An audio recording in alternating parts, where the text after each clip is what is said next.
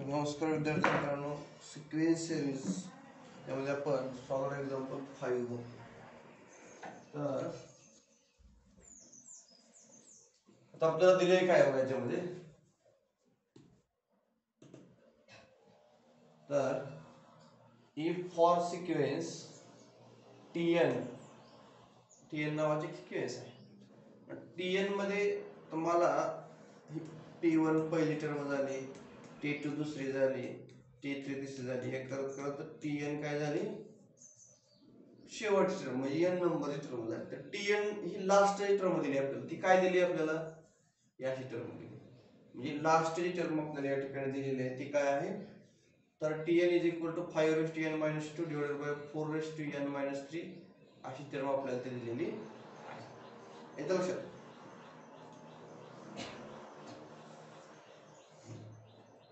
Show that the sequence is a GP. Find the first term and the common ratio. Okay? असं.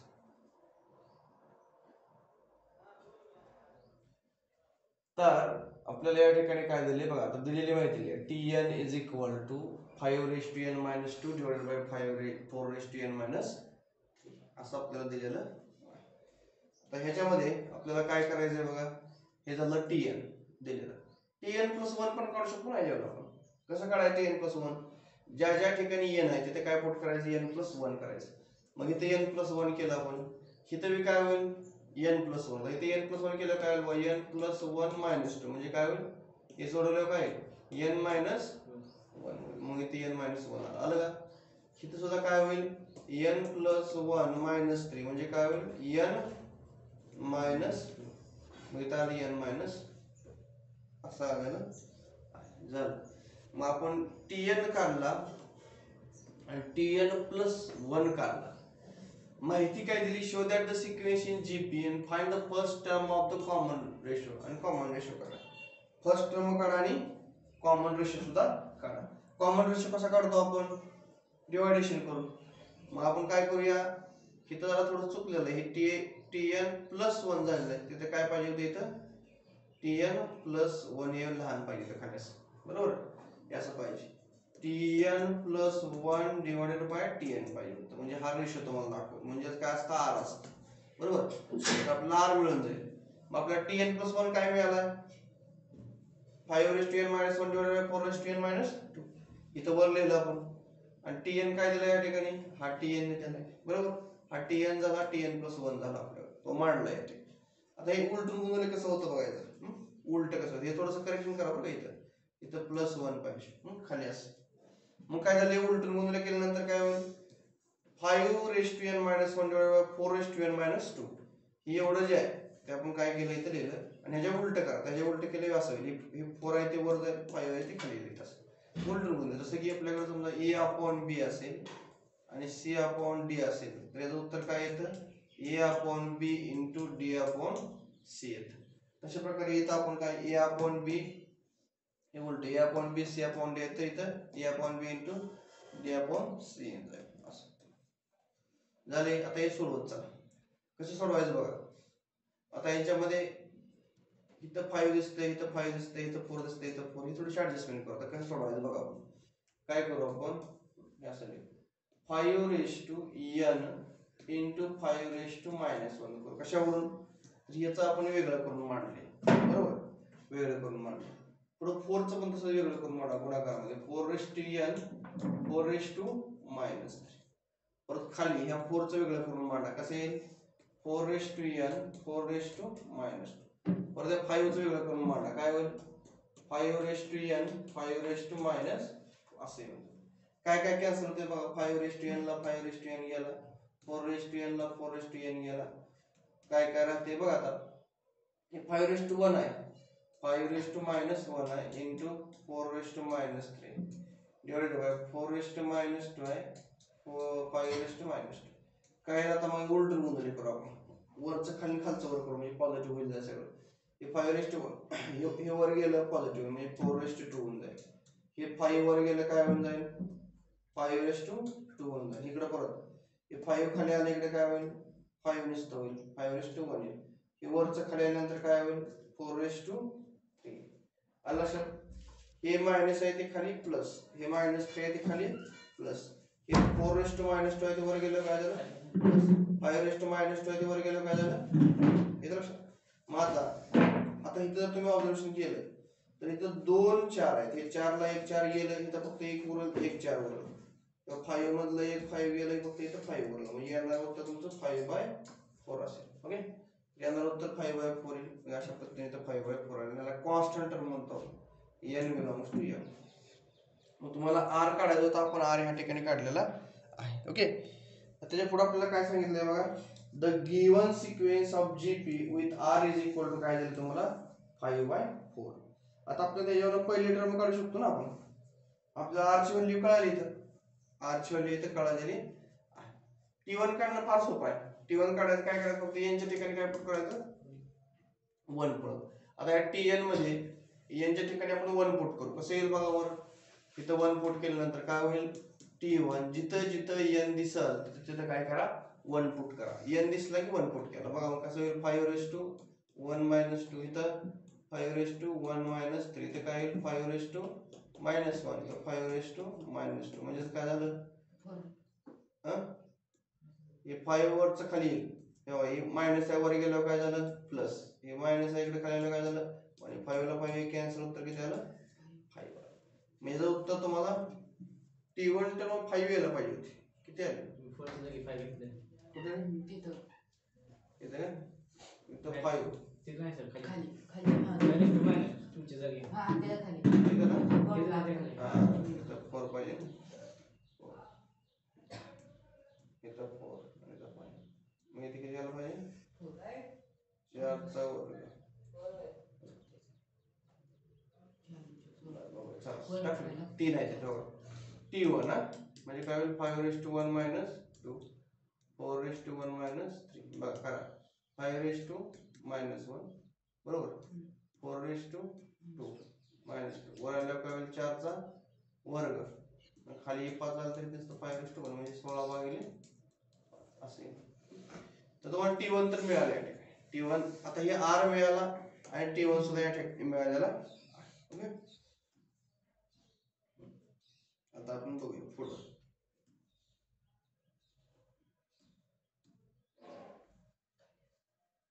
नीट लक्ष द्या आता.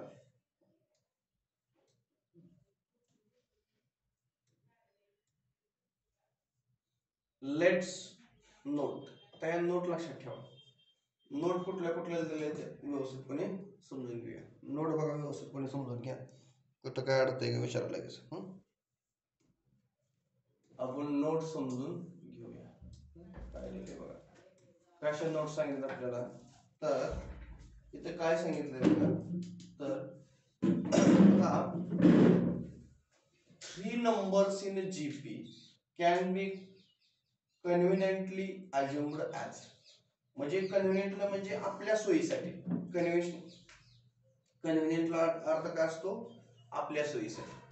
आपल्या सोयीसाठी आपण काय करणार आहे तर तुम्हाला म्हणलं कुठल्याही पहिल्या टर्म लिहा 3, तर ह्या टर्म लिहा जनरल टर्म आहे, पहिल्या जनरल टर्म घ्या म्हणल्यावर काय a/r a आणि ar अशा 3 टर्म या ठिकाणी घ्यायच्या, a/r ar आणि ar, a/r a आणि ar अशा 3 टर्म घ्यायच्या, a/r a आणि ar अशा 3 टर्म घ्यायच्या. ह्या जीपी मध्ये असतात, जिओमेट्रिक प्रोग्रेशन मध्ये असतात. जिओमेट्रिक प्रोग्रेशन म्हणजे असतं काय, तर दुसऱ्या टर्मला पहिल्या टर्म डिवाइड करायचं, परत तिसऱ्या टर्मला दुसऱ्या टर्म डिवाइड करायचं, रेशो काय येतो. आणि एपी मध्ये असले की डिफरन्स घ्यायचा असतो, जीपी मध्ये डिवायडेशन असतं, ते लक्षात घ्या. ते दररोज वाचत चला, रिव्हिजन करत चला, येत असतं ते पहिलं. पण तिसरा अजून 4 मेंबर्स इन द जीपी, काय झालंय 4 मेंबर, जर आपल्याला 4 टर्म घ्यायचं सांगितलं तर काय घ्यायचं a/r³, परत कॉमा a/r, परत ar आणि परत ar³, अशा टर्म घ्यायच्या, a/r³, a/r, ar3, सगळ्यामधला डिफरन्स म्हणजे सगळ्यामधला डिवायडेशन किती r² येईल. बघा या टर्मने ह्या टर्म डिवाइड करून बघा, a/r डिवाइडेड बाय a/r³, उलटून वगैरे करा, a/r r³ divided by a ला a कॅन्सल, उत्तर येईल आर स्क्वेअर. परत ह्या दोन्ही डिवायडेशन करा, ह्या दोन्ही डिवायडेशन करा, ह्या दोन्ही डिवायडेशन सगळ्यात कॉमन काय येणार आहे आर स्क्वेअर. तर हे लक्षात ठेवा. चलो पुढे पहिलं झालं. पहिल्या 3 टर्म घ्या म्हणले की ए बाय आर ए आणि ए आर झालं. परत 4 घ्या म्हणले की ए by r cube a by R, परत इथं ए आर आणि ए आर क्यूब.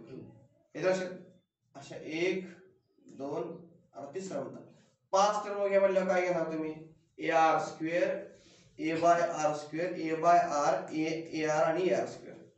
हे लक्षात ठेवावं लागेल तुम्हाला. म्हणजे लक्षात काय काय ठेवायचं 3 टर्म म्हणलं की एवढं लक्षात ठेवायचं, 4 म्हणलं की एवढं आणि 5 म्हणलं की एवढं. ए by R square A by R परत ए आर आणि ए आर स्क्वेअर. हे थोडंसं लक्षात ठेवा, नोट्स बनवायचे चांगले.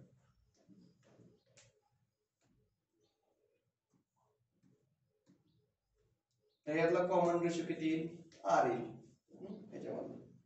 याच्यामधला आर येईल म्हणजे 3 टर्म वालं 5 टर्म वालं कॉमन रेशो काय येईल आर येईल आणि 4 वालं कॉमन रेशो काय आर स्क्वेअर येईल. आता दिलेली माहिती बघा, याचा उपयोग स्पर्धा परीक्षेमध्ये सुद्धा होतो बरं काय सिक्वेन्स सिरीजचा. तर काय सांगितलंय इथं बघा एक्झाम्पल 6 काय दिलेलं आहे इथं find 3 numbers in the GP. GP मधले 3 नंबर काढा. काय करा जीपी मधले 3 नंबर काढा. Such that their sum is 42. तर 3 नंबर घ्या. 3 नंबर घ्यायचं म्हणजे आपण काय घेत होतो ए बाय आर ए आणि ए आर बरोबर. 3 नंबर म्हणलं की आठवलंच पाहिजे. 3 नंबर म्हणलं की तुम्हाला काय आठवलं पाहिजे ए बाय आर ए आणि ए आर. कुठलं घेतलं आपण काय आता शिकलो बरे ए बाय आर ए आणि ए आर. 3 नंबर म्हणलं की ते आठवलं पाहिजे. तर ते आठवत नसेल तर अभ्यास करावा लागेल. देअर प्रोडक्ट इज म्हणजे माहिती काय दिली बा त्यांनी 3 नंबर आहे. कुठला नंबर आहे 3 माहित नाही आपल्याला, पण ते आपण कुठला घेऊया. समजा आपण ते 3 नंबर कुठलं घेऊया ए बाय आर ए आणि ए आर 3 नंबर. त्यांची बेरीज किती दिली सगळ्यांची 42 आणि गुणाकार किती दिला सगळ्यांचा 1728. दोन इक्वेशन तयार झाली ना आपली. त्यांची ऍडिशन दिली ना आपल्याला. एक लक्षात आले. Let's dear 3 number. कुठले 3 नंबर घेतले आपण हे घेतले 3 नंबर. ते 3 नंबर घेतले का ते परत काय करा त्यांचा गुणाकार किती दिले आपल्याला मल्टिप्लिकेशन किती दिलेलं आहे त्यांचं मल्टिप्लिकेशन दिले बघा. कोणाला मल्टिप्लिकेशन काय दिले लक्ष द्या. मल्टिप्लिकेशन दिले a by r into a r. या 3 नंबरचा गुणाकार किती दिले आपल्याला किती दिलाय 1728 दिला. तर 3 नंबरचा गुणाकार या ठिकाणी आपण घेतो 3 नंबरचा गुणाकार. मग आता आपण काय करूया सोडवून घेऊया बघा. या आरला या कॅन्सल. इथे एक या इथे एक या आणि इथे एक या. तिन्ही याचा गुणाकार किती झाला ए क्यूब झाला. इथं 1728 झाला. मग आपण असं म्हणू शकतो 12चा क्यूब म्हणजे काय असतं ए क्यूब असतं. म्हणजे काय होतं या क्यूबला क्यूब कॅन्सल म्हणजे ए बरोबर किती मिळालं 12. ए म्हणजे पहिली टर्म असते. ए म्हणजे काय असते पहिली टर्म असते. According to the first condition. पहिली कंडिशन काय सांगितली त्यांनी हे जे 3 नंबर त्यांची ऍडिशन किती दिली आपल्याला. समजा एक पहिला नंबर आहे ए बाय आर अधिक दुसरा नंबर त्यात मिसळला अधिक तिसरा नंबर किती दिले आपल्याला. तर हे पहिल्या कंडिशन नुसार आपण असं लिहू शकतो. लिहिलं कसं पहिल्या कंडिशन नुसार असं लिहू शकतो ना आपण. पहिल्या कंडिशन नुसार त्यांची बेरीज किती आहे 42 लिहिली आपण. ओके चलो. त्यानंतर पुढे पहा. मग आता आपल्याला ए किती दिलाय 12. आर किती आहे ऍज इट इज काय माहित नाही. तर ए किती काढलाय आपण 12. ए किती काढलाय आपण 12. इथं आरला इथे किती 42. हे सोडवून घ्या. आर मध्ये येईल उत्तर तुमचं. आता सोडवताना कसं सोडवायचं बघा. मग हे दोन्ही सोडवावं लागेल. हे 12 इकडे गेल्यावर काय होईल रे 42 वजा 12 किती आलं 30. तर बाकी सेम आहे असं. आता सगळ्या ह्या इक्वेशनला काय करू आर न मल्टिप्लाय करू म्हणजे सोपं पडेल आपल्याला बघा. आर न मल्टिप्लाय ह्याला आर न मल्टिप्लाय केलं ह्याला आर न मल्टिप्लाय केलं ह्याला आर न मल्टिप्लाय केलं. या आर ला आर काय म्हणजे कॅन्सल. किती किती इथला आर आणि इथला आर 12 आर स्क्वेअर बरोबर का. इथलं 12 ला 12 राहिलं.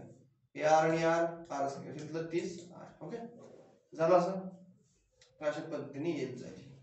मग आपल्याला क्वाड्रॅटिक इक्वेशन मिळालं. इथं 12 आर पहिल्यांदा निवडू 12 आर स्क्वेअर. हे इकडे काय झालं -30 आर आणि प्लस 12 इज इक्वल टू काय झालं 0. कळलं? हे झालं क्वाड्रॅटिक इक्वेशन. काय झाले? क्वाड्रॅटिक इक्वेशन काय झालं? तर आता हे क्वाड्रॅटिक इक्वेशन आपण सोडवू शकतो. कसं सोडवलंय बघा मग.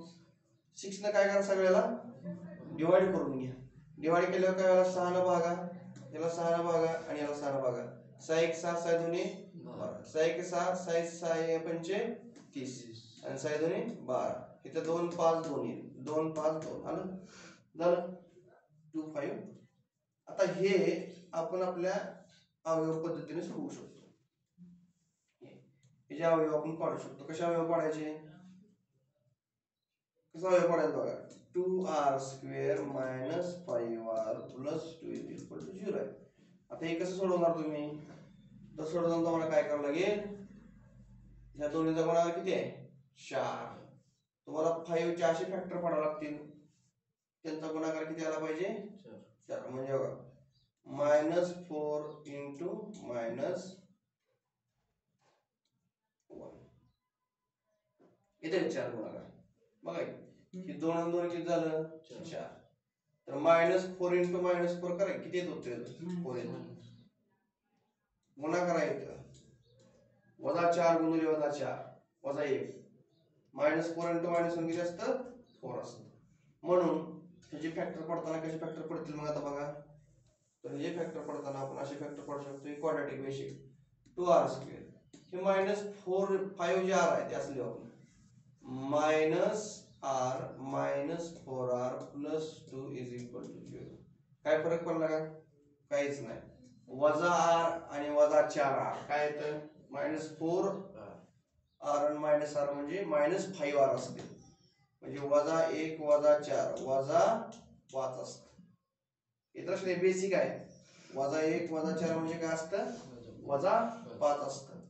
तसं या ठिकाणी मग आता यातनं काय कॉमन निघते बघा. बघा यातनं हे 2 यातनं r कॉमन काढू आपण. एवढ्यातनं r कॉमन काढल्यावर काय राहील? 2r -1 बरोबर. एवढ्यातनं r कॉमन केलं, r न आतमध्ये मल्टिप्लाय केली r², r न मल्टिप्लाय केली r येईल बरोबर. ह्याच्यातनं -2 कॉमन काढू. काय करू? -2 कॉमन काढला काय राहील? r मायनस काय राहील? 2r - 1 राहील इज इक्वल टू 0 बरोबर येते नाही. बघा आता ह्या आतमध्ये मल्टिप्लाय करा. -2 इंटू 2 -4 आलं का? -2 इंटू -1 प्लस 2 आलं का इथं? हे सोडवलं की ह्या -2 ने याला मल्टिप्लाय केले. -2 into 2 -4 -2 into -1 plus 2 -2 into -2 plus 1 असतं. आता ही ब्रॅकेट आणि ही ब्रॅकेट काय झाला? सेम. ही कॉमन बाहेर काढा म्हणजे काय होईल? 2r - 1 इन ब्रॅकेट r - 2 राहिलं बघा इज इक्वल टू 0. म्हणजे दोन्हीतनं कॉमन काढलं हे आणि हे काय राहिलं? हॅश राहिले बरोबर. मग तुम्हाला फॅक्टर मिळाल डायरेक्ट या ठिकाणी फॅक्टर लिहून. तर ते कसे येतात? तर अशा प्रकारचे क्वाड्रॅटिक इक्वेशन येतात. 10 मिनिट तुम्ही सोडवलेलं आलं. मग आता आपण काय करू शकतो? एक तर हे 0 घ्या किंवा एक तर हे 0 घ्या. म्हणजे आपण काय करू? 2r - 1 इज इक्वल टू 0 घेऊ और r - 2 इज इक्वल टू काय घेऊ? 0 घेऊ. आता हे काय होईल? 2r इज इक्वल टू 1 इन आणि r इज इक्वल टू 1/2. त्याचं काय येईल? r इज इक्वल टू तुम्हाला r ची व्हॅल्यू या ठिकाणी मिळेल. तर r ची व्हॅल्यू वाले टेन्शन घ्यायचं काम संपलं. आपलं काय काय विचारलं त्यांनी? 3 टर्म विचारले होते. फाइंड द 3 टर्म बरोबर आहे. आपल्याला r ची व्हॅल्यू मिळाली का? आपल्याला a ची व्हॅल्यू मिळाली बरोबर. a किती मिळाला? r किती मिळाला? r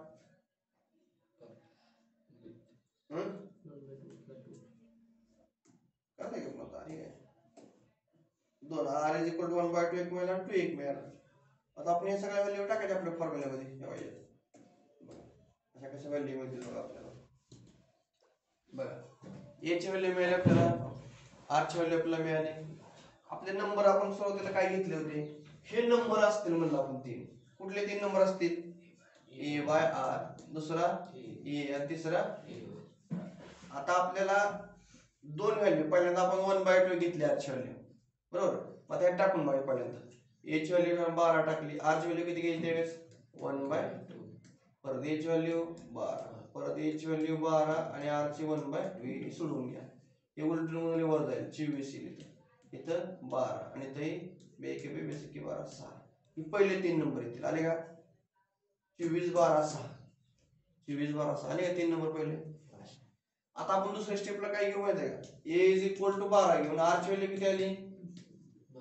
2 आली ना. एकदा काय घेतली आपण आर ची व्हॅल्यू 1/2 एकदा येते, एकदा काय येते 2 येते. तर टाका ते नंबर कुठल्या असेल मग त्यात व्हॅल्यू टाका. ए ची व्हॅल्यू किती घ्यायची इथं? किती घ्यायची? 12 घ्या. ए ची व्हॅल्यू इथं 12 टाका. आर ची व्हॅल्यू किती टाकायचा? 2. आर ची व्हॅल्यू टाकली तर आता ए किती आहे आपला? 12 आणि आर ची व्हॅल्यू आहे 12 into 2. आता हे 6 दुने 12 6 12 12 दुने 24. हा एक 3 नंबर आले बघा. 6 12 24 आले का? 6 12 24 आणि अशा 2 वेगवेगळे नंबर तुम्हाला सिक्वेन्सनं 12 24 12 6 एक मिळाला, 6 12 24 एक मिळाला. असे तुम्हाला नंबर या ठिकाणी मिळाले. आपण 3 नंबर काढले. ओके, तरी सिक्वेन्स आहे तुम्हाला कन्सेप्ट आहे. नंतर पुढे पहा. बघा हे सुद्धा एक्झाम्पल सॉल्व्ह करायला सोपंच आहे. फक्त लक्षात काय तुम्हाला जेव्हा कन्सेप्ट काय दिला तर कळलं का नाही? काय नसतं सोपं असतं सगळं. बघा, find 4 numbers in a GP. काय करा? जीपी मधले 2 नंबर फाइंड 4 नंबर्स जीपी. म्हणजे 4 शब्द आलाय काय लक्षात ठेवायचं? A by r cube, a by R आणि ए आर आणि ए आर क्यूब हे लक्षातच ठेवायचं. A by r cube, a by R, A R आणि ए आर क्यूब. 4 नंबर म्हणले काढा in GP such that their product, त्यांचा प्रोडक्ट किती दिलाय? या सगळ्यांचा गुणाकार किती येतोय? 64. and sum of the second and third term is 6. दुसरी आणि ह्याची बेरीज किती दिली? 6. हे दिलेली माहिती बस झाली. एवढ्या आपण सगळं काढू शकतो. बरोबर आहे. पहिली काय सांगितलंय? जर त्यांनी 4 आलं तर आपण काय घ्यायचंय? हे आलं तर काय घेतलं माशी? ए बाय आर, ए आणि ए आर. आता 4 आलं तर काय घ्यायचं? A by r cube, a by R, A R आणि ए आर क्यूब. बरोबर, जास्त आपल्याला घ्यावं लागेल. कॉमन रेशियो एवढा येतो. According to the first condition. पहिली कंडिशन काय सांगा बरं? काय पहिली कंडिशन? दोन्हींचा प्रॉडक्ट, सगळ्यांचा प्रॉडक्ट किती आहे? 64. म्हणजे कुठले कुठले नंबर आहेत? 1 2 3 4. हे नंबर असतील असं गृहीत धरायचं. काय करायचं? हे नंबर असतील, ए आणि आर असे नंबर असतील असं गृहीत धरलं आपण. पहिला नंबर काय झाला आपला? ए बाय आर क्यूब. दुसरा, तिसरा, चौथा. ह्यांचा गुणाकार किती घ्यावं सांगितलंय? 64. ह्या सगळ्यांचा गुणाकार किती घ्यायचा आहे? घेतला. आता आपल्याला बाकी सोडून घेता येतील. बघा कसं सोडवायचं बाकी. त्यांचा गुणाकार 64 ची पहिली कंडिशन आहे. मग आपण काय करू? या आरला या आर घालू, इथल्या आर क्यूबला इथला आर क्यूब घालू. राहिलं काय? इथे एक ये, इथे एक ये, इथे एक ये, इथे एक ये. काय झालं? 64. मग आपण 64 कसं मांडू शकतो आपण? हे असं मांडलं 64. काय केलंय तर बघा आपल्याला काय आलं? a⁴ आलं. 64 आपण कसं मांडू शकतो? 2 चा 6 असं मांडू शकतो आपण. बघा 2 चा 6 2 2 4 4 8 2 16 16 मध्ये दोन्ही 64. मग आता हे 4 आपल्याला इकडे नको आणि ती एच व्हॅल्यू पाहिजे. मग दोन्ही बाजूचा काय घेऊ आपण? चौथा रूट घेऊ. मग इथं 6/4 येतं. म्हणजे ह्याला पण काय? ह्याचा रूट कुठला घ्यायचा? चौथा रूट घ्यायचा. ह्याचा पण काय करायचा? चौथा रूट घ्यायचा. म्हणजे इकडचं 4 हे निवडले येते इकडं असं खाली आलं. तर हे बेसिक आहे बरं का. इकडचं कसं येतं म्हणणं का? हे 4 जे आहे आता दोन्ही बाजूचा काय घ्यायचा? चौथा घात घ्यायचा, चौथा रूट घ्यायचा. ते म्हणणारे काय केलं बघा, ए चा चौथा आणि 2 चा 6. Taking 4th root. काय केलंय आपण इथं? Taking 4th root on both side. दोन्ही बाजूचा आपण काय करूया? 4th रूट घेऊ. 4th रूट घेतलं म्हणजे काय करतो आपण बघा बरं. म्हणजे काय? a⁴ आहे तर ह्याचा आपण 4th रूट घेतो. तर इथं पण 4th रूट घ्यायचं 2⁶. आता हे कसं मांडू शकतो आपण? a⁴ 1/4 परत 2⁶ 1/4. 4 ला 4 कॅन्सल. म्हणजे a = काय? 2⁶/6/4. बरोबर. इथे काय 6 × 1/4 चा भाग किती येतो 6/4 आलं लक्षात असं झालं मग हे 6/4 म्हणजे काय a = 2/3/8 आलं लक्षात अशा पद्धतीने येऊन जाईल तुम्हाला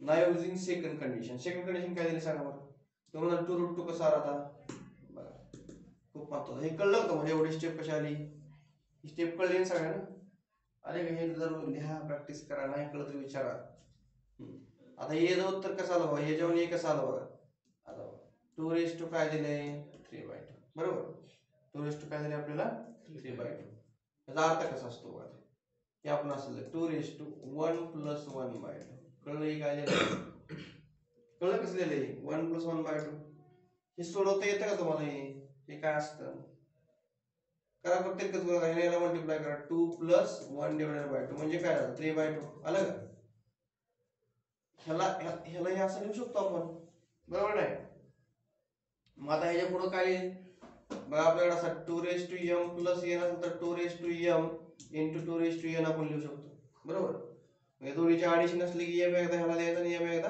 n एकदा ह्याला द्यायचा तसं 2:1 एकदा ह्याला आणि 2:1/2 एकदा ह्याला बरोबर म्हणजे 2 ला 2 हाय असेल आणि 2:1/2 म्हणजे √2 आलं का 2√2 बेसिक गोष्ट आहे बेसिक गोष्टी याला सांगताना लक्ष द्यायचे कसे येते बाबा हे कधी झालेलं नाही व्यवस्थित झालेलं आहे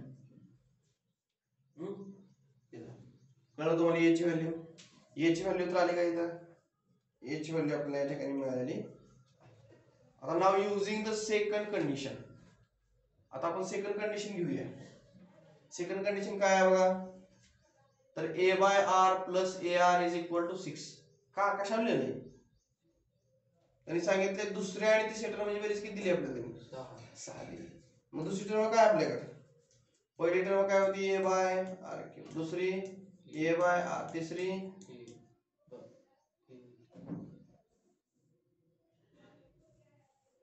ar आणि चौथी काय होती ar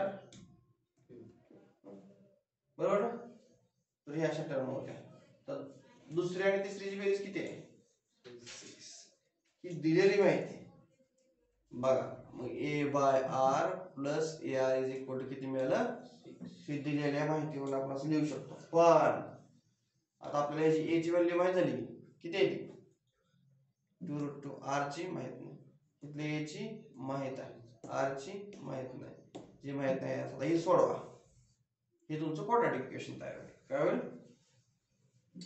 2√2 दिसते म्हणून अवघड आहे असं समजायचं नाही बघा इथं डिवाइडला r आहे सगळ्याला काय करू r न मग मल्टिप्लाय करून देऊ सगळ्याला बरोबर आहे का नाही बघा r न जर मल्टिप्लाय केलं तर इथं r न मल्टिप्लाय केलं इथं r न मल्टिप्लाय केलं इथं r न मल्टिप्लाय केलं काय होईल बघा या r ला काय झालं राहिलं काय इथं 2√, राहिलं का इथं हे r आणि r काय झालं r² इथले 2√2 हे 6 झालं आता सगळ्याला कशाने डिवाइड करू काहीच अवघड नाही सोपं आहे सगळं आपल्या सोयीनेच करत चाललोय आपण याला 2 ने डिवाइड केलं याला 2 ने डिवाइड केलं याला 2 ने डिवाइड केलं काय फरक पडला का नाही हे 2 ला 2 कॅन्सल उरलं √2 2 ला 2 कॅन्सल उरलं काय √2 × r³ हे 2 3 का 6 हे उरलं किती काय डोकं लावतोय समजून घेतोय समजून घेत चाललोय आपण एक प्रत्येक स्टेप तुम्ही लिहून घेण्याच्यापेक्षा ही समजून घ्या फार समजून घेणं फार मोठं तुम्ही अभ्यास करता समजायचं तुम्ही लिहून काय कोणाला कळू शकता बघून पण इथं सांगताना जर तुमच्या डोक्यात बसलं ना काय आहे ते मी तुम्ही स्वतः वाचताना काय करता समजून घेऊन वाचता तसं ही समजून घेते समजा परत तुम्हाला सोपं जाईल ते झाले आता पुढे बघा लाईन टू लाईन तुम्हाला सांगतो मी एक्सप्लेनेशन त्याचं पहिली वेळ झाली दुसरी झाली आपण कुठपर्यंत आलो होता इथपर्यंत आलो हे कुठलं इक्वेशन तयार झालं क्वाड्रॅटिक इक्वेशन म्हणजे कशा फॉर्ममध्ये ax² + bx + c = काय का इथे a ची व्हॅल्यू काय आहे √2 b ची व्हॅल्यू किती आहे 3 आणि c ची व्हॅल्यू किती आहे √2 अशा पद्धतीने a b c आपल्याला या ठिकाणी मिळालं तर आता आपल्याला हे फॅक्टर कसे पाडले बघा आता असं कसं केलं आता बघा. मला सांगा √2 आणि √2चं मल्टिप्लिकेशन किती असतं? 2 असतं बघा. √2 × √2 म्हणजेच काय असतं? 2. हे कसं 2 येतं माहित आहे? √2 आणि √2चा गुणाकार 2 कसा येतो माहित आहे का? नाही माहित? तर बघा कसं सांगतो बघा. √2 म्हणजे काय असतं? 2 च्या नक्कीवर 1 छेदन, बरोबर? हे तर बरोबर नाही. इथलं 2 च्या नक्कीवर 1 छेदन म्हणजेच काय? 2⁻² प्लस 1. अर्धा अधिक अर्धा किती होतो? 2 काय आला? 1. म्हणजे 2⁻² × 2⁻² म्हणजे किती आला? 2. म्हणजेच काय आला? √2 × √2 म्हणजेच किती आला? 2. म्हणजे तर पुढे लक्षात ठेवा √2 × √2 2 किंवा √3 × √3 किती? 3. √5 × √5 किती? 5. हे असं लक्षात ठेवून टाकायचं. मग आता इथं आपल्याला बघा √2 आणि √2 यांचा गुणाकार किती येईल? 2 येणार आहे ना. म्हणजे आपल्याला फॅक्टर मध्ये इथं 2 पाहिजे. 2 चे असे अवयव पाडा की त्यांचं बेरीज वजा काय यायला पाहिजे? -3 यायला पाहिजे. मग काय करणार तुम्ही? कुठले फॅक्टर पाडवतील तुम्हाला अवयव पाडताना?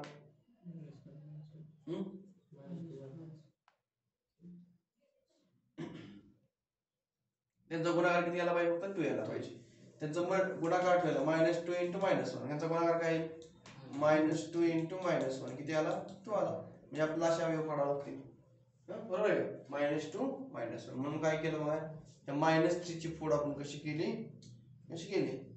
तर -3 जे आहे आपण -2r -r बरोबर लिहिलं असं झालं. मग आता इथे काय येईल बघा. हे कसं मांडता येईल बघा. तर -2r -r कशा पद्धतीने लिहिता येते बघा. -2 × r त्यातनं कॉमन काढू. कशामधनं काय कॉमन काढतोय बघा? ही स्टेप. आता ह्या स्टेप मध्ये आणि ह्या स्टेप मध्ये थोडंसं लॉजिक लावा. कसं लॉजिक लावायचं बघा. आता ही स्टेप मी परत सांगतो. आता इथं √2 लिहिलं. ओके. या पुढे काय आहे? r² म्हणजे मी कसं लिहितोय बघा. काय लिहितो? r × r लिहितो. ओके. काय अडचण? इथपर्यंत झालं. हे कळलं का? आता हे बघा. इथे काय लिहितोय? 2 जे आहे का मी असं लिहितो. इथलं 2 कसं लिहितोय बघा मी? हे 2 कसं लिहायचं? √2 × बरोबर. इथल्या r ला -r ला +2 ला +√2 इज इक्वल टू 0. आता याच्यामधनं काय कॉमन निघते? इथं √2 r आहे, इथं पण √2 हे कॉमन निघाल का दोन्ही? ओके. काढा कॉमन. काय आलं मग? 2√2 r कॉमन काढला. आत काय राहिलं? r - राहिलं का एवढं? परत पुढं इथं काय राहिलं कॉमन काढलं? इथं पाहिजे. इथं -1 कॉमन काढूया दोन्हीमध्ये. दोन्हीमधनं काय कॉमन काढायचं? कंसात काय राहील? r is equal to 0. बघा या मायनस आतमध्ये मल्टिप्लाय केली -r येईल. मायनस काय होतं? प्लस झालं. सेम इथला ब्रॅकेट इथला ब्रॅकेट नेहमी सेम येतो. मग आता हे कॉमन काढा. हे दोन्ही काय करा? कॉमन काढा. म्हणजे काय होईल? r - √2 कॉमन काढलं. राहिलं काय कंसामध्ये? √2 × r - 1 इज इक्वल टू 0. या असं आलं का? बघा r - √2 r - 1 is equal to 0 आलं. कळलं? ओके.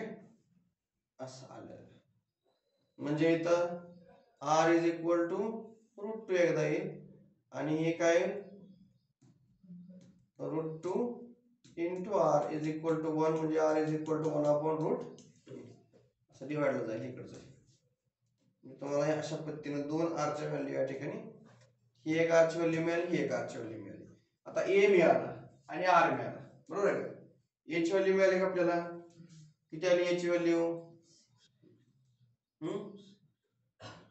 2√2.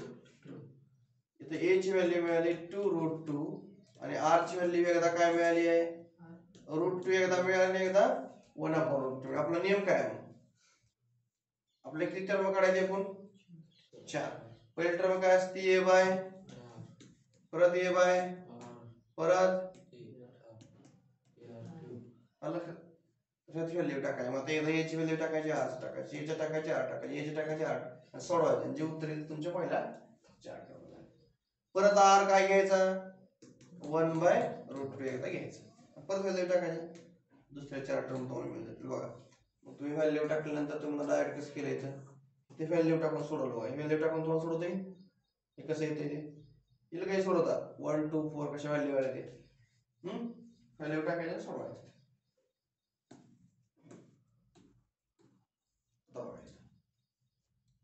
हे 8 नंबरचं एक्झाम्पल.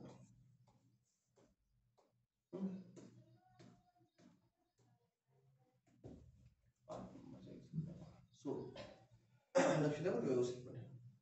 तुम्ही जेवढं टाकतील लक्ष द्या आणि ही दररोजचा अभ्यास दररोज पूर्ण करा. पेंडिंगला ठेवू नका. चालते. आता आता लक्ष द्या व्यवस्थितपणे. हे 8 नंबरचं एक्झाम्पल आपण समजून घेऊ. दिलेली माहिती आपल्याला काय दिली बघा. P Q R S are in G P म्हणजे काही नंबर आहेत. पी क्यू आर एस कशामध्ये येते जीपी मध्ये आहे. बरोबर जीपी मध्ये येते.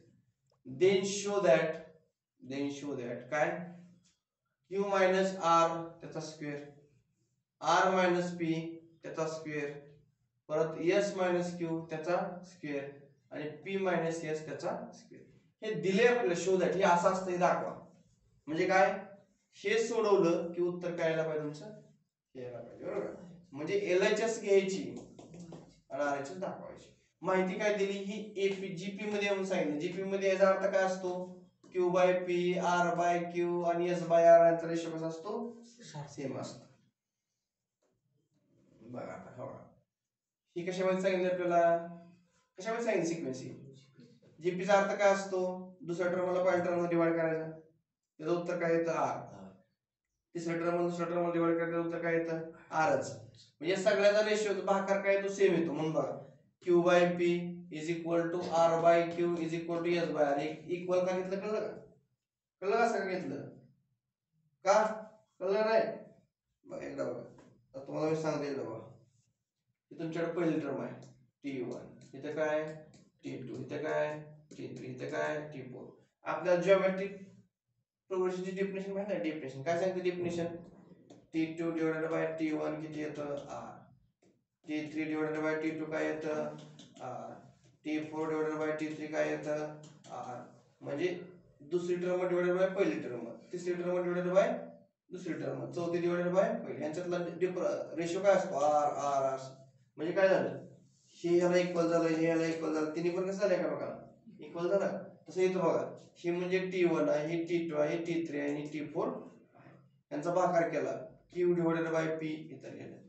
यांचं R येईल काय तर उत्तर R डिवाइडेड बाय Q इथं लिहिलं. S डिवाइडेड बाय R हे तिन्ही पण कसं असणार एकामेकाला इक्वल. कारण का ह्याचं पण उत्तर R येते ह्याचं पण उत्तर R येते. हे सगळं R R हे इक्वल असेल तर हे पण काय असेल इक्वल असेल.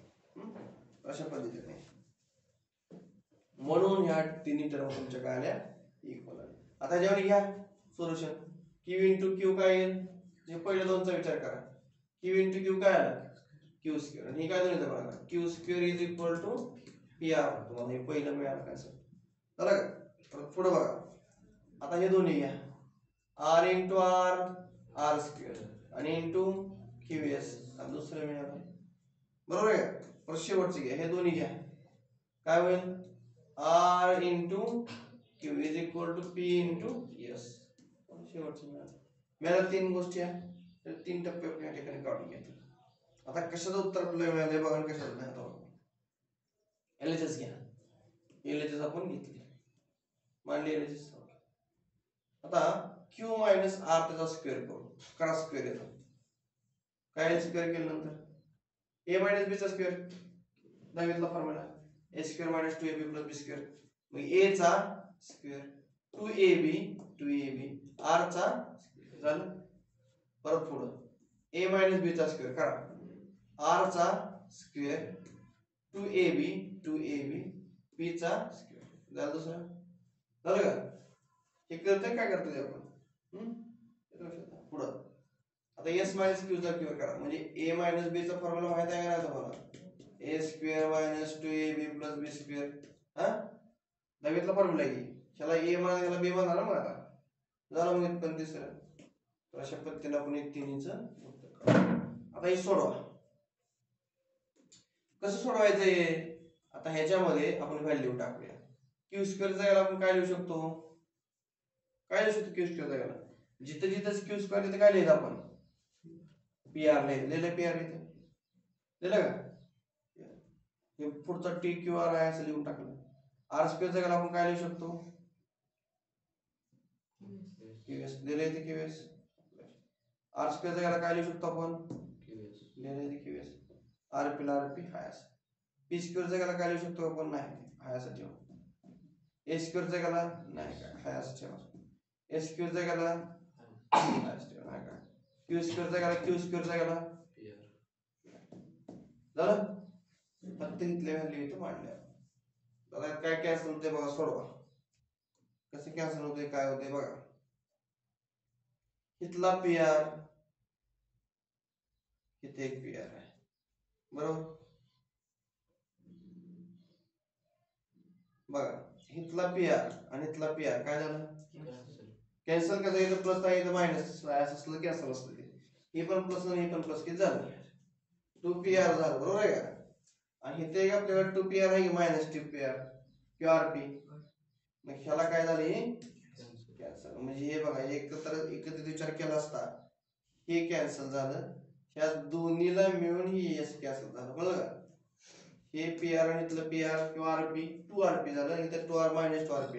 त्यामुळे एका वेळेला काय झालं? कॅन्सल झालं. परत पुढे काय राहिलं बघा आणखी?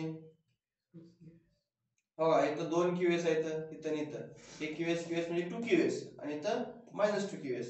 म्हणजे हे आणि हे काय झालं एकामेकाला राहिले काय? आता उरलंय काय? P स्क्वेअर S स्क्वेअर आणि minus 2 QS. Minus 2 QR P square S square. हे म्हणजेच काय आहे तर?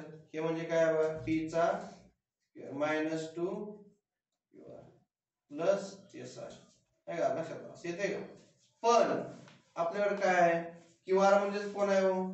P असं बरोबर. बघत बसते तुमच्या. QR म्हणजे कोण आहे? QR जायला काय लिहू शकतो तुम्ही? मग इथे QR जायला मी काय लिहिलं? लिहिलं का PS? ह्याच्यावरून मिस्टेक वाली. बाकी सेम. आता मी कसं मांडू शकतो? P स्क्वेअर बघा minus 2PS plus S square. म्हणजे काय झालं? P स्क्वेअर मायनस 2PS म्हणजे काय? P मायनस S चा आलं आपलं RHS. समजलं? तर हे तुम्हाला इथं प्रत्येक शब्द प्रत्येक लाईन एक्सप्लेन करून सांगितली. घरी प्रॅक्टिस करा, अभ्यास करा. मी सांगायची वाट बघू नका. अभ्यास करा म्हणून सांगायचं वेळ नाही आता. स्वतःहून तुम्हाला काळजी वाटली पाहिजे. तर तुम्हाला तसं वाटत नसेल काय उपयोग नाही. बघा बँकेमध्ये हा फॉर्म्युला वापरला जातो. काय फॉर्म्युला दिलाय बघा? काय कन्सेप्ट आहे बघा बँकेमध्ये आपण वापरतो व्याजासाठी. तर श्रद्धा deposited 8,000 in a bank which is pays annual interest 8%. श्रद्धा नावाच्या मुलीने बँकेमध्ये 8,000 रुपये टाकले तर तिला बँक वर्षाला 8% व्याज देते. वर्षाला 8% बघा. आता 8,000 रुपये टाकले तिला वर्षाला किती मिळणार माघारी? 8% म्हणजे 200 640 रुपये बँक देते. बँकेत 8,000 रुपये टाकलं की वर्षाला किती व्याज देते तिला? 640 रुपये. 640 रुपये हे पहिल्या वर्षाचं व्याज येईल तिला. असं तुम्हाला काढत जायची व्हॅल्यू. द अमाऊंट परत पुढे काय म्हणले? She kept the with the bank for 10 years. तिने पैसे 10 वर्षासाठी बँकेत ठेवले विथ द कंपाऊंड इंटरेस्ट. म्हणजे कसला? चक्रवाढ व्याज. चक्रवाढ व्याज काय कळलं का तुम्हाला? चक्रवाढ व्याज सांगतो. 1,000ला एका वर्षाला किती मिळलं? 640 मिळलं का? तिचं सॉरी 8,000ला 8% ने एका वर्षाला किती मिळलं? 640 मिळलं का? तिचं बँकेत किती होतं पहिलं? 8,000. परत आलेलं व्याज ह्याच्यात मिसळायचं 640. किती झालं मग? 8,640. परत ह्याच्यावर 8% ने काढायचं. गावाकडची काही सावकारकी असते ती अशी असते बघा. व्याज नाही दिलं माहिती ना, ती व्याज त्या मुदलात मिसळायचं परत त्याच्यावरती 10% 5% लावायचं. स्वतः हे श्रद्धाने काय केलं? 8,000 त्याला किती मिळालं? 7. पण ती बँक काय करते? परत 8,640 ह्याच्यावर किती मिळते? परत 8%. परत त्याचा 8% काढायचं. काय येईल ती परत ते ऍड करा. असं कंपाऊंड इंटरेस्ट एवढा पैसा वाढत जातो. भयंकर पैसा वाढतो चक्रवाढ. म्हणजे बँक काय करते? कंपाऊंड इंटरेस्ट आपल्याला पैसे. सावकार काय करतो? आपल्याकडून घेतो. म्हणून खाजगी सावकारीमुळं बऱ्याच जणांचे पैसे दुप्पट तिप्पट होते. अमाऊंट ऑफ डिपॉझिटेड किती टाकली? 8,000. किती टक्के each year ratio of the amount to the principal of each year constant. आता हा रेशो कॉन्स्टंट राहतो कसा बघा each year the ratio of the amount of the principal to the years of constant. तर 108 भागिले 100 हे कसं बघा काय 8000 गुणिले 8 भागिले हे किती येते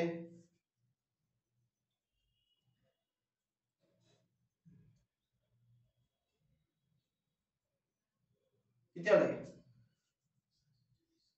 600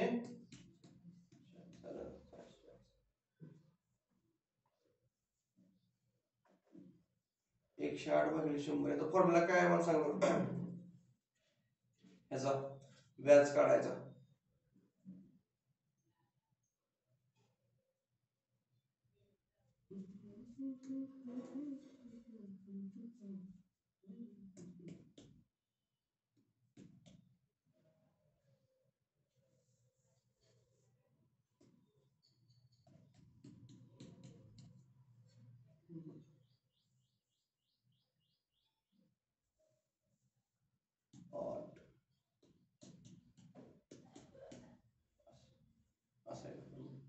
म्हणजे 100 एक 100 अधिक 8 भागिले 100 म्हणजे 108 भागिले असं येतं रेशो म्हणजे त्याचा इंटरेस्ट काढण्याचा formula interest is equal to काय तर मुद्दल P इंटू 1 प्लस फॉर्म्युला आहे त्याचा कंपाऊंड इंटरेस्टचा फॉर्म्युला काय आहे बघा compound interest is equal to पहिल्या वर्षासाठी काय P इंटू 1 प्लस रेट इथे काय असेल टाइम पहिले काय पहिलं वर्ष दुसरं वर्ष इथे एन घेऊ थोडक्यात पहिलं वर्ष दुसरं वर्ष असं काय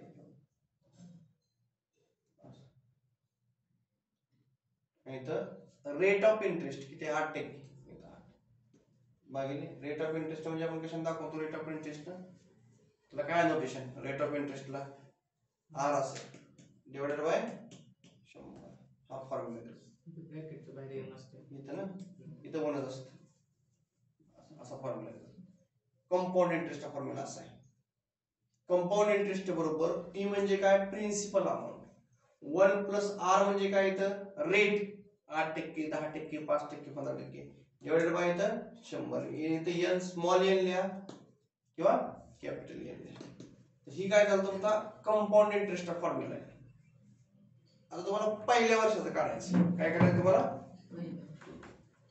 कंपाऊंड इंटरेस्ट पहिल्या वर्षाचा काय येईल तीन प्रिन्सिपल अमाऊंट किती आहे 8000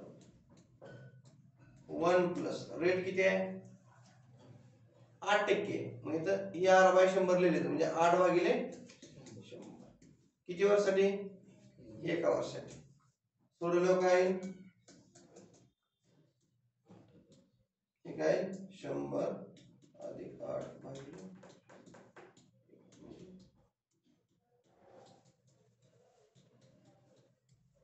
असे मग तुम्हाला 100 ला 100 कॅन्सल 800 ला 8000 आहे तर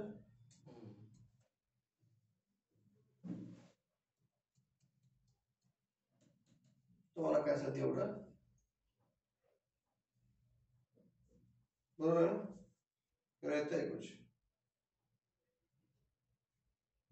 हे असं मिळेल कंपाऊंड इंटरेस्ट एका वर्षाचा काय असेल एका वर्षाचा कंपाऊंड इंटरेस्ट काय असेल तेवढा मिळेल तुम्हाला बघा यांचा गुणाकार केला तेवढे पैसे तुम्हाला मिळून जातील एका वर्षाचा कंपाऊंड इंटरेस्ट मिळेल पण आता आपल्याला रेशो काय मिळतोय बघा the principal the ratio of amount of the principal is year is the constant तो हा प्रत्येक वर्षी मिळाला 108 भागिले 100 कॉन्स्टंट राहील बरोबर आहे त्या किंवा फक्त एकदा 1 2 3 असं वाढत जाणार आहे म्हणजे आपला फॉर्म्युला काय होता P इंटू 1 प्लस इयर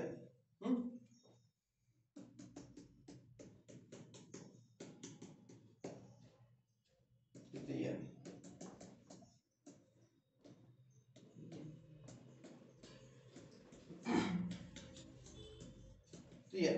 आता बदलणार आहे काय प्रत्येक वर्षी या फॉर्म्युल्यामध्ये? फक्त n ची व्हॅल्यू इथं बदलणार आहे. हा n काय राहील? फिक्स. प्रत्येक वर्षी आपण काय करणार आहे? n बदलणार आहे. आणि हा रेशो काय? पहिल्या वर्षाला इथे 1 टाकणार, दुसऱ्या वर्षाला इथं 2 टाकणार, तिसऱ्या वर्षी इथे काय टाकणार? 3, 10व्या वर्षी इथे काय टाकणार? 10. म्हणून हा रेशो जो आहे तो 108 भागिले 100 हा सगळीकडे सेम असणार आहे. म्हणून इथे 108 भागिले 100 आहे. Here we get GP successive amount. Consider the amount of the ends of each year. RS 100 is the amount of and the amount is 108. म्हणजे रेशो कुठला? Amount divided by principal. म्हणजे 108 भागिले 100 ही कॉन्स्टंट राहणार आहे. पी किती दिली? 8000. Amount of first year बघा same. काल फर्स्ट इयरचा अमाऊंट अलग बघा. इथं एन ची व्हॅल्यू 1 टाकल्या किती? 1. म्हणजे 8000 गुणिले 108 भागिले 100 अलग पहिल्या वर्षाचं. अलग पहिल्या वर्षाचं. पहिल्या वर्ष आलं का? दुसरं वर्ष काय होईल आता फक्त इथं 2 येईल फक्त. इथं काय येणार आहे? 2. अलग इथं 2. त्या डोक्यावरती 8000 गुणिले 108 भागिले 100 इथे या डोक्यावर 2 आलं. तिसऱ्या वर्षी काय येतं? 3. चौथ्या वर्षी असं तुम्हाला टर्म मिळतील. पहिलं, दुसरं, तिसरं असं करत बघा. तिसऱ्या वर्षाला डोक्यावर 3. पण त्या डोक्यावर 3 जे लिहायच्या ऐवजी तिथे काय लिहिले? असे काय 108 गुणिले 108 हे सगळं गुणाकार 3 वेळा लिहिले. इथं आलं 3. 10व्या वर्षी काय लिहिलंय डोक्यावर? 10. आलं का? पण त्यांनी 108 भागिले 100 चा भागाकार एवढा लिहिला आहे. 108 भागिले 100 म्हणजे भागाकार किती? पॉइंट इथं असते. 1 घर 2 घर, 1 घर 2 घर म्हणजे 1.08. आलेपर्यंत 10व्या वर्षी कळलं का? मग तुम्हाला किती टर्म मिळाला? पहिली टर्म मिळाली, दुसरी टर्म मिळाली, तिसरी टर्म मिळाली, चौथी टर्म मिळाली. मिळाल्या का टर्म? T1 T2 असं मिळालं. पहिलं वर्ष, दुसरं वर्ष, तिसरं वर्ष यांची व्हॅल्यू बदलत असत. तरी 10व्या वर्षी असेल. मग 10व्या वर्षात तुम्ही कॅल्क्युलेशन काढू शकता की? काढू शकता का नाही? मग 8000 गुणिले 1.08 चा 10वा घात घ्या. यांचा गुणाकार दिला असेल वाटतं गिवन मध्ये. दिलाय का? बघा दिलाय का? त्यामुळे व्हॅल्यू दिली असती तशी. आपल्या कॅल्क्युलेशनला वेळ लागेल ना आता हे. बघा 1.08 त्याचा 10 वेळा गुणाकार करायला म्हणून रेस्ट 10 करा म्हणजे गुणाकार करायला किती वेळ लागेल? म्हणून त्यांनी व्हॅल्यू ही दिलेली असते. दिली त्यांनी व्हॅल्यू. मग ह्याचं उत्तर एवढी येतं बघा. जरा व्हॅल्यू टाकली का तेव्हा? ही व्हॅल्यू आपण इथे टाकली. मग तुम्हाला ही याची व्हॅल्यू दिली आहे ती टाकली. या दोन्हीचा गुणाकार केला तेव्हा उत्तर काय मिळालं? 17260 रुपये. 10व्या वर्षी त्याला किती मिळेल? कंपाऊंड इंटरेस्टने पैसे त्याला मिळतात. 10व्या वर्षी कळलं का तुम्हाला? 10व्या वर्षी किती पैसे मिळतील त्याला? द श्रद्धा विल गेट किती? 17260. कधी? After 10 years. The formula of the by compound interest हा फॉर्म्युला वापरला. कळलं का? बसते का? फक्त एवढा एकच फॉर्म्युला लक्षात ठेवा. बाकी विसरून गेलं चालते. कुठला formula? Total amount is equal to P into 1 plus R upon 100 raised to n. झालं? फक्त आता इथे केलं काय बघा कन्सेप्टने. तर हे P जे आहे त्याला इकडे डिवाइडला पाठवलं. A by P is equal असं लिहू शकतो आपण. मग आता हा जो रेशो आहे तो कशामध्ये येतो? जीपी मध्ये येतो. असं सांगितलं. कळलंय? हे आपण बँकेमध्ये वापरतो हे सिक्वेन्सचा कन्सेप्ट. किंवा हाच फॉर्म्युला असतो. जी काही सॉफ्टवेअर इंजिनियर वगैरे असतील मोठे मोठे ही मॅथ्स असला आपल्याला कॅल्क्युलेशन करत बसत नाही. काय करतात? तेवढा फॉर्म्युला उचलतात एवढंच. बँकेमधले लोक.